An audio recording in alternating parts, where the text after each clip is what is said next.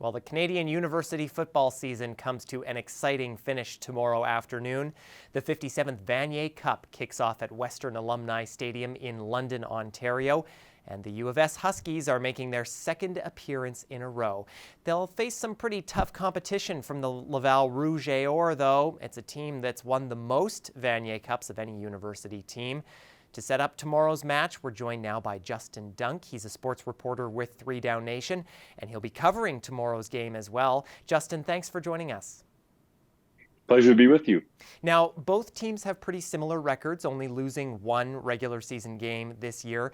So what are some of the strengths both teams are going to be bringing to the field? First of all, for Saskatchewan, you have to start with their offense and quarterback Mason Nias. He is a veteran pivot, knows this offense inside and out. By day, he's a teacher, and that's likely what he's going to do after football is done. And then by night, he goes to practice and prepares to be a star on the football field. So he's a guy that's really developed and was the Canada West Conference MVP, well-deserved in that right.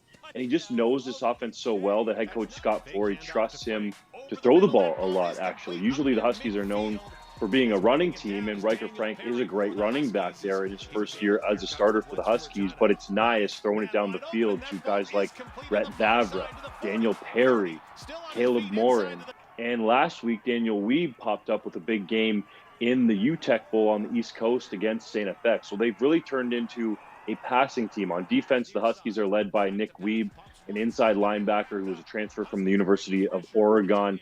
Stout dude, can make plays all over the field, and they have a veteran secondary as well. And then up front, John Leggett is a big, strong, physical defensive lineman that helps keep some offensive linemen off Weeb. For Laval, they are a bit of a balanced offense, even though they've kind of skewed towards more passing with Arnaud Desjardins, a talented young quarterback, throwing the ball to Kevin Mittal, who is the RSEQ or Quebec Conference MVP, and he's now won the Heck Crichton Award as well. Had a wonderful season, 12 receiving touchdowns during the regular season, had 3 touchdowns in the Dunsmore Cup, the Quebec Conference title game, to help get these Laval Rouge into the national playdowns, and that's a dynamic tandem that the Huskies will need to stop.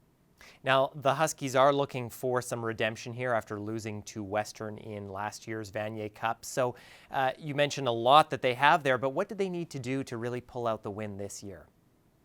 The Huskies need to make sure that they're the more physical team for the full 60 minutes. I felt like last year against Western, and I called that game for CBC, that the Huskies were physical for the first 30 minutes. They had a lead at halftime, but they weren't able to sustain it. So I think they need to make sure, first and foremost, that they are taking the fight to Laval and not have that go the other way around. And I think Mason Nias just needs to play within himself. He got really excited, I felt like, last year, and the conditions weren't ideal at Laval either. The field was really slippery, and the footing was definitely suspect and uncertain for the players to deal with. So it'll be a much better track this year because of the milder conditions currently in London, Ontario, that the Huskies have to deal with. So I think their experience the last couple of years going deep in the playoffs, and especially last year in the Vanier Cup, can certainly help them. And they've had reminders all season long around that facility about that loss to Western. Now, they won't play the Mustangs, but they've been supremely focused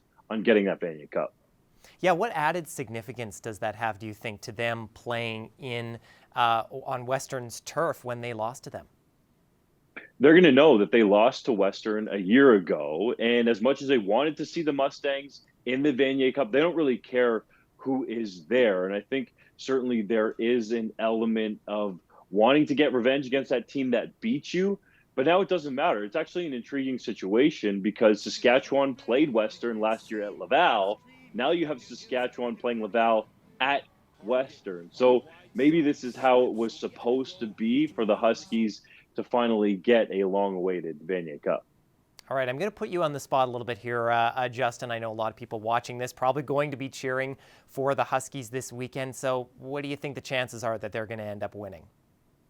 I think there's a strong chance. The Huskies should be the favorite going into this game for a number of reasons. It starts with Nias and that veteran experience, and that offensive line has really come together, albeit it's a younger group than went to the Vanier Cup last year. I think they're solid there, and the defense, as I mentioned, led by Nick Weeb.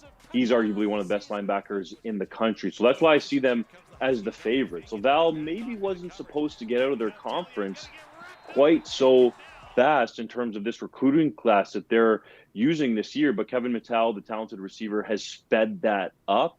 And I think they're sort of playing with house money here. That's why I think Saskatchewan is the favorite going in. They were in the Vanier Cup last year. They know what to expect. And by they, I mean the players. It's one thing for Glenn Constantin, who is the head coach of Laval, to have all of this Vanier Cup experience, but for the players to have it on the Huskies side, I think makes them the favorites to win it. But they got to go out and get it done on the field.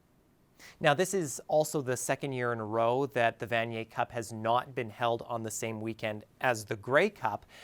Do you think that's helped or hindered interest in the Vanier Cup? It seems to have helped, especially this year, because it's going to be a sold-out crowd there on the campus of Western University. Now, the temperatures should actually allow for all those people to show up. For example, the Grey Cup in Regina last weekend was announced as a sellout, but not all of the seats were full. So I think we'll see a pretty packed stadium there, and it gives Canadian University football a chance to stand on its own. Although I will say, back about 10 years ago in 2011 and 2012, when the Vanier Cup and the Grey Cup were on the same weekend, the Vanier Cup on Saturday, the Grey Cup on Sunday, it did work really well. There were crowds in excess of 30,000 at both of those Vanier Cups. It was McMaster against Laval, and they had a rematch the following year. And the television broadcaster at that point did a really good job of hyping the game up. So I think it's a chance for Canadian University football to stand on its own in this regard. But ideally, these two title games should be together. All right, Justin, we will be watching with bated breath tomorrow. Thank you so much for joining us.